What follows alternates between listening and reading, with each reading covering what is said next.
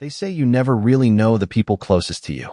You can watch them for years, see them smiling at family dinners, see them in interviews, shaking hands with fans, making the world laugh. And yet, behind closed doors, a story may be brewing that nobody can imagine. That's the truth. And in the case of the Reiner family, it's a truth that came crashing into public consciousness in the most horrifying way imaginable. Before we continue, please hit the like button, subscribe to the channel, and turn on the notification bell for updates. It began in Brentwood, in a $13.5 million estate that, from the outside, looked like a slice of California perfection. Lawns manicured to a standard that might impress the most meticulous gardener. Gates tall enough to keep curiosity out. Cameras, security systems, all the hallmarks of wealth and caution. You'd walk by that house and think, here lives a family who has it all. Money, respect, legacy. And yet, over a single night, that image shattered. Rob Reiner and his wife Michelle were found stabbed to death. Their bodies discovered by their daughter, Romy, a young woman of 27. The details of that night, the chaos, the shock, the disbelief, are what journalists usually call unfolding tragedy. But this was something more. This was the kind of event that forces you to reconsider everything you thought you knew about family, safety, and the hidden truths behind closed doors. The immediate suspect was obvious, or at least, the authorities thought so at first. Nick Reiner, 32, their son, living in the guest house on the property, was arrested that same night. Charges, 2 counts of first-degree murder. And yes, that arrest was shocking. But it was only the beginning. Because what emerged next?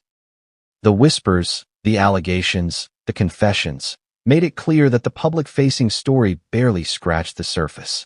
The police have a way of presenting facts in a tidy order, but life, as we're about to see, rarely aligns itself neatly. It was Tracy Reiner, the adopted daughter of Rob Reiner, who would alter the narrative forever. Tracy's announcement came like a thunderclap. She revealed that Rob, the man the world had known in one way, a man of charm, success, and authority, had allegedly forced himself on her multiple times. The implications were staggering, and the timing could not have been more jarring. While the world grappled with the brutal deaths of Rob and Michelle, Tracy was speaking about a long-buried trauma, a story that intersected with the murder in ways that the media had barely begun to comprehend. Pause for a moment and think about that. You're processing the murder of 2 people you've maybe never met, yet the shock hits anyway.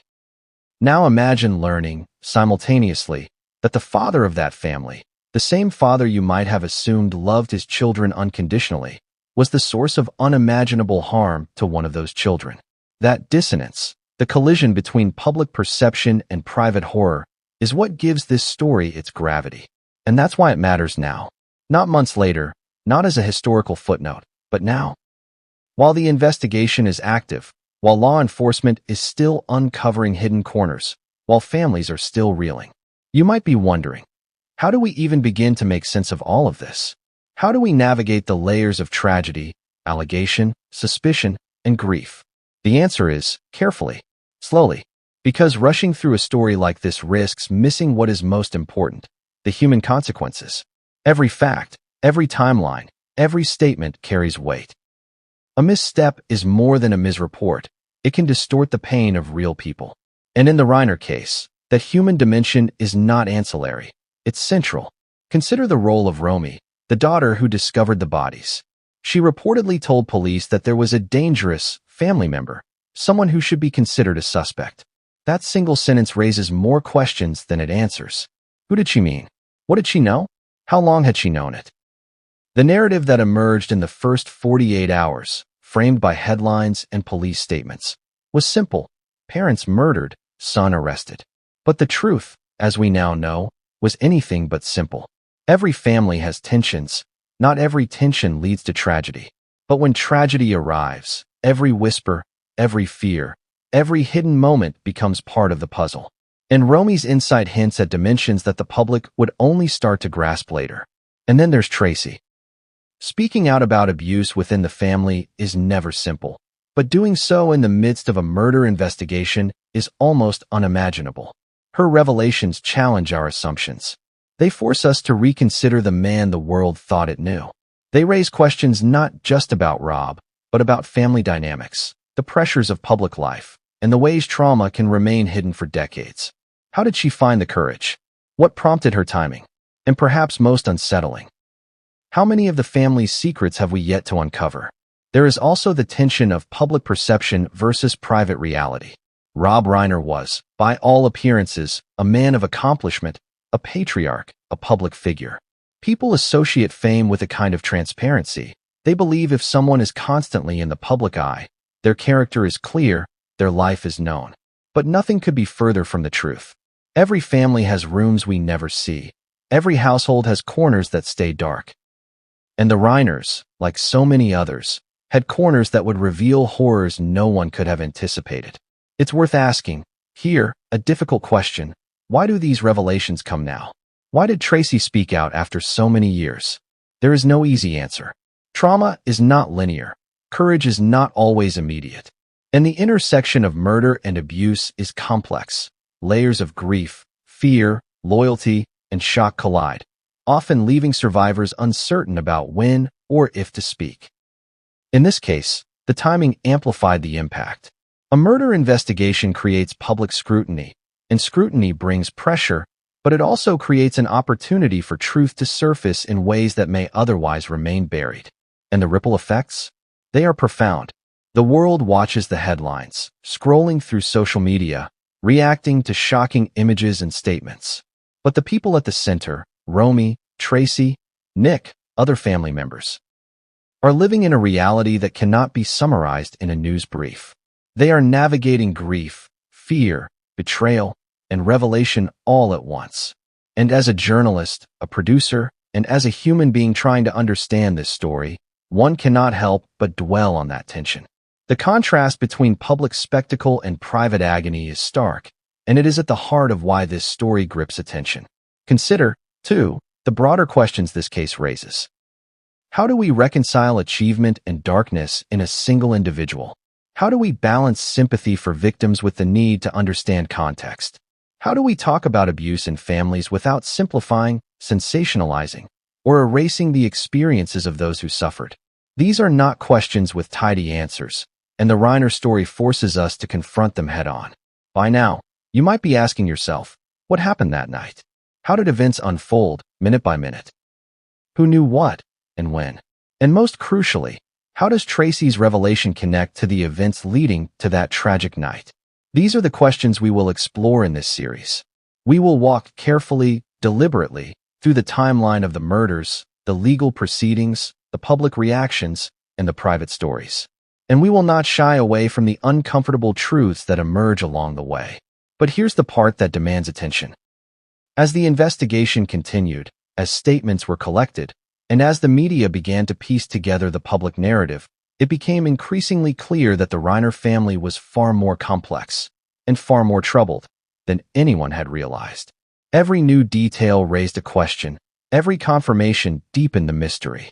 And just when you think you understand the story, another revelation appears, forcing a recalibration of everything you thought you knew. We are at the threshold of that story now. We know the headlines: murder, arrest, accusation, revelation. But the deeper currents, the patterns of behavior, the hidden abuses, the emotional fallout, are only beginning to emerge. And those currents, once followed, reveal a narrative that is not just about crime, but about family, trust, trauma, and the fragility of human perception. In this series, we will start slowly. We will examine the lives behind the headlines, the history of relationships, the subtle dynamics that made this tragedy possible. We will hear from those closest to the events, reconstruct the timelines, and look at the human consequences in detail. And while we do so, we will continually ask ourselves, what does this mean for our understanding of family, of abuse, of secrecy, and of the cost of silence? They say every story has a beginning. But what does that really mean when the beginning is itself a carefully constructed facade? For the Reiners, the public saw a picture of success, of laughter, of doors opening in Hollywood and beyond. Rob Reiner, at 78, was a man whose name carried weight, not just in the movies he directed or the causes he championed, but in the way he carried authority, both subtle and undeniable. Yet the closer you look, the more contradictions emerge.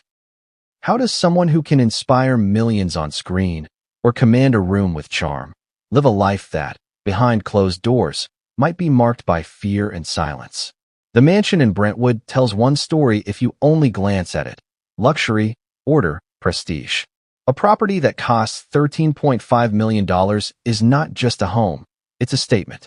But homes, like people, hold secrets in their walls. Every room, every corridor, every locked door may conceal a narrative unseen by the world outside. And for those who live there, appearances were a currency they could not afford to squander. It is tempting to start with the career highlights, the films, the awards, the Hollywood influence. Rob Reiner's resume is impressive on its surface, and it is tempting to believe that success equates to integrity. But we know that appearances are only that, appearances. How many families, wrapped in accolades and public admiration, carry tensions the world will never see? Tracy's revelations force us to confront that very question. How often do the smiling faces in public hide fear in private? The facade was not limited to Rob. Michelle, 70, played a role that was equally visible, equally curated. Her life, her social presence, and the family she helped manage all contributed to an image of domestic normalcy. And yet, the day she and Rob were found dead, it became clear that normalcy was an illusion. The structures of prestige, the well-maintained lawns, the carefully arranged photographs, none of it could protect them from what had been festering within the family for years. The Reiners had children, and in any family, children are the mirrors of the home they grow up in. Romy, 27, discovered the bodies and became, in one sense, the inadvertent witness to both the culmination of years of tension and the catalyst for a wider inquiry. Then there is Tracy, the adopted daughter, whose story had been quietly living in the shadows. Her voice, when it emerged, brought the complexity of the family into stark relief. It was no longer a story simply of wealth or status. It became a story of power, betrayal, trauma, and concealed abuse. What does it mean to live in a house where you are not safe? Where the people you are meant to trust are not the ones who protect you? For Tracy, those questions were not theoretical. They were lived experience. She has spoken of a father who, behind the curtain of charisma and authority, violated boundaries in ways that were unimaginable. And yet, her courage to come forward intersects with tragedy in a way that amplifies the shock. A family shattered by murder, a daughter revealing abuse, a son arrested. Each layer complicates the narrative. Each revelation pulls us deeper into uncertainty. But even within this darkness, contradictions emerge. Rob Reiner, publicly admired, was a figure of authority, sometimes even of moral conviction in Hollywood circles. How does that reconcile with the allegations from Tracy? How can a man inspire millions with a message of ethics or empathy, while allegedly hiding a pattern of harm in his own home? The dissonance is hard to reconcile, and yet, in many cases like this, dissonance is precisely the point. Trauma, secrecy, and public performance often coexist, uncomfortably close, for decades before an incident, tragic and catastrophic, forces the contradictions into the open. It is tempting to rush to judgment, but we cannot. The details of the murders, the investigation, and the family's private dynamics all require careful consideration. There are timelines, witness statements, forensic reports, and conflicting memories. Each fact is a piece of a puzzle, but the puzzle is not linear. It is fractured, and some pieces may never fit neatly. Romy's warning to authorities about a dangerous family member hints at that fractured reality. Who exactly was she referring to? What had she witnessed? And how did that knowledge shape the night that would become a nightmare for the entire family? Consider, for a moment, the psychology of living in fear of a parent. The instinctual conflict between love and self-preservation, between duty and terror, shapes every interaction. For Tracy, growing up in the Reiner household meant navigating a labyrinth of contradictions. A father admired publicly, feared privately. A family celebrated, but one that carried hidden wounds. When the decision comes to speak out, it is rarely sudden. It is a process, often fraught with hesitation, guilt, and the weight of consequences both personal and public. And yet, speak she did. The timing, amid a shocking murder investigation, added layers to the public perception. It is one thing to reveal abuse decades after it occurred. It is another to do so while the world is already trying to comprehend the death of two prominent figures. In doing so, Tracy forced a reckoning, not just for her family, but for the audience. She forced everyone watching to ask, how well do we know the people we admire? How often do the stories we tell ourselves about families and morality fail to account for the hidden lives that exist just beneath the surface? This is where the tension between public narrative and private reality becomes almost unbearable. The media prefers simplicity, a murder, a suspect, a trial. But the Reiner story is anything but simple. It is layered, nuanced, morally complex, and emotionally devastating.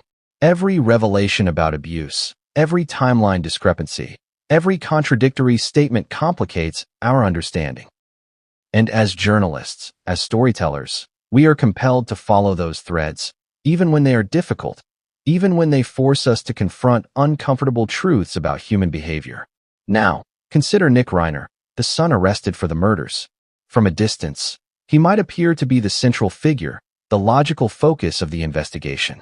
But the Reiner family dynamics, coupled with Tracy's allegations, force a broader perspective. The narrative cannot be contained in a single act of violence. It expands to questions about upbringing, control, fear, and the consequences of secrecy.